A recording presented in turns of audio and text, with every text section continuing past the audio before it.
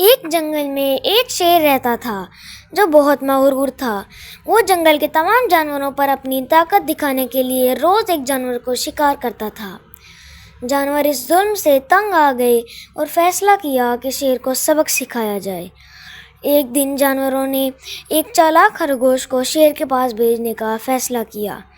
خرگوش نے شیر سے کہا، جناب، میں تو آپ کے لیے پہلے ہی آ رہا تھا، لیکن رستے میں ایک اور شیر نے مجھے روک لیا اور کہا کہ جنگل اس کا ہے۔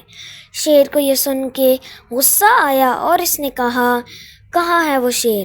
میں اسے سبق سکھاؤں گا۔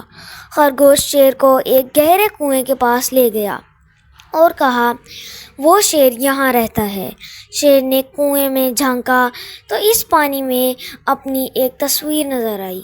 وہ سمجھا کہ یہ دوسرا شیر ہے اور غصے میں دہاڑ مار کر کنویں میں کود گیا۔ اس طرح چالاک خرگوش نے اپنی عقل سے جنگل کے جانوروں کو ظالم شیر کے ظلم سے آزاد کروا دیا۔ سب جانور خرگوش کی تعریف کرنے لگے اور جنگل میں خوشی سے رہنے لگے۔